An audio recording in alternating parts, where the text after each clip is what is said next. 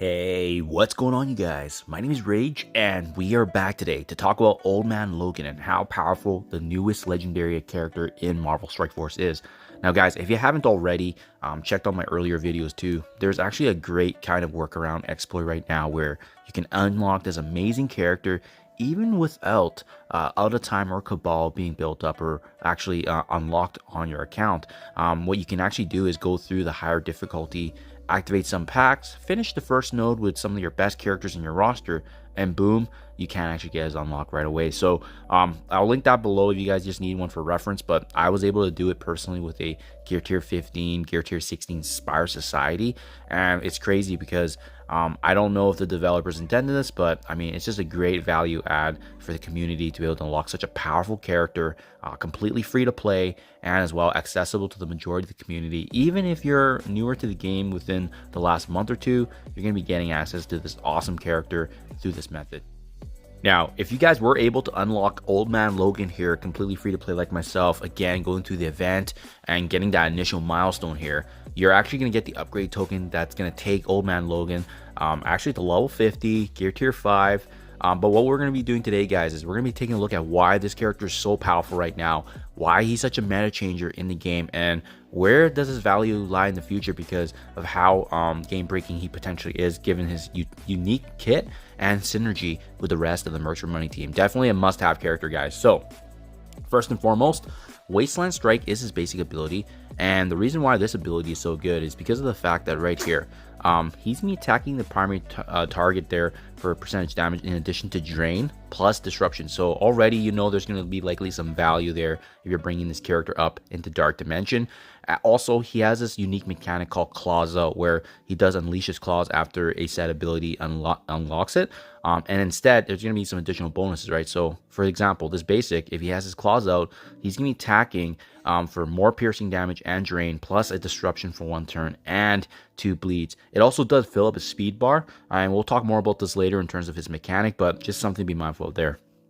As we level this ability up, guys, damage is going to increase. The drains also can get applied as well. And then finally, if you were going to T4 this ability here, it actually grants it up to a 25% drain, which is pretty big. And then later on, we are working on these materials for the Awaken abilities. But as you can see, obviously, it still needs to come into the game. But that's why we've been having those Blitz events there to ramp those up. So this is definitely a strong T4, guys. I think this is one of those characters where you probably want to bring up everything in terms of an upgrade. But let's take a look at all of them and see which ones to prioritize. Basic here, increasing the drain is really notable for sure. His special ability here, attacking primary target here for a percent damage once again, and this attack does actually chain to 4 targets within those 2 spaces.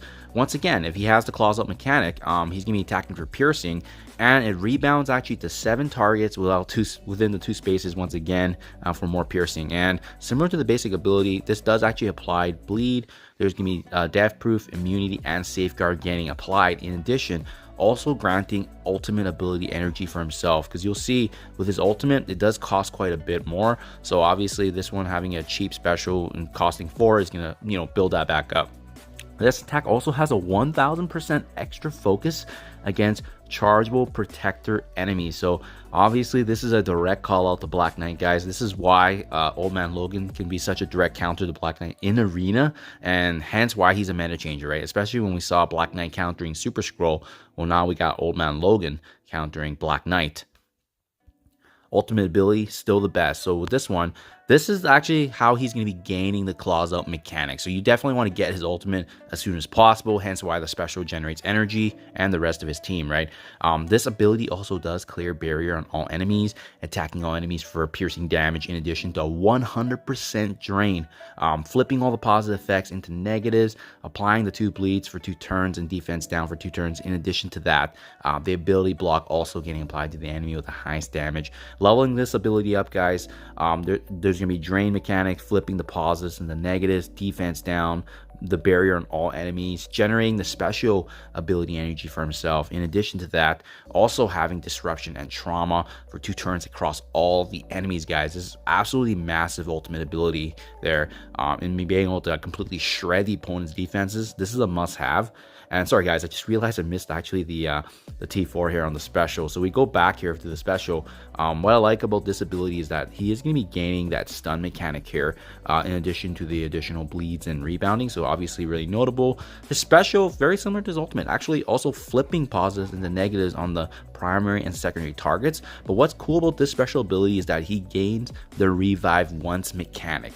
So his special ultimate right there is an absolute must-have. It gives him more energy. It gives him more survivability to revive. And what's cool is he can keep generating this so as long as he doesn't have it active, right? So this is definitely an ability you want to be saving. And especially when you see the revive going down, saving and using that ability once again for the special to grant that back.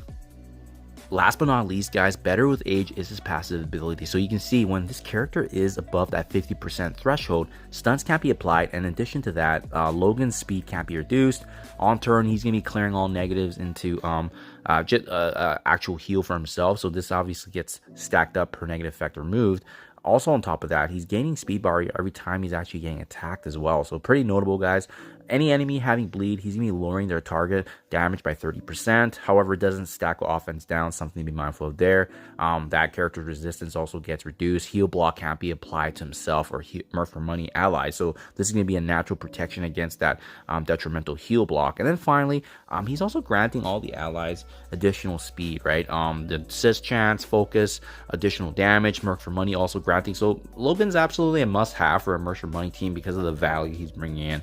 Now, having said that, leveling this ability, speed bar is going to be also applied more. There's going to be additional damage and speed gain granted, more HP and focus as the T4 here. And then finally, there's actually no awaken ability, so the chargeable enemy with the highest damage cannot gain charges before this character takes a turn. Obviously, it would have been nice if this actually targets here for Black Knight in the arena meta, but more specifically though, other characters pretty notable, guys. So just something to be mindful of here. This is why Logan's such a crazy character, because he can actually prevent a chargeable character from gaining that charge before they take a turn, assuming they're the one that do the highest damage in battle, right? So something to be mindful of. This is where he's going to be getting the value. Now, that's pretty much breaking down the entire kit, guys, why he's such a meta changer. He's going to have value in Crucible, in Arena, in War, basically all game modes. Dark Dimension, we've already seen videos from content creators. It's absolutely huge, guys. I think there's a couple of Iso-8 that do make sense. He's landing a lot of debuffs, but in addition to that, remember, his striker, his basic ability can allow the striker Iso-8 to actually gain additional speed bar with him actually getting that per attack. So I think the striker or maybe a potential skirmisher are the best 2 options. I'm personally going for striker because I think he's going to thrive more of that, especially with that assisting mechanic with Panda Pool. But yeah, do let me know what you guys think in the comments below. This is a meta changer. Hopefully you guys are also able to unlock Old Man Logan like myself. Thank you for your time as always, and I'll catch you guys in the next one.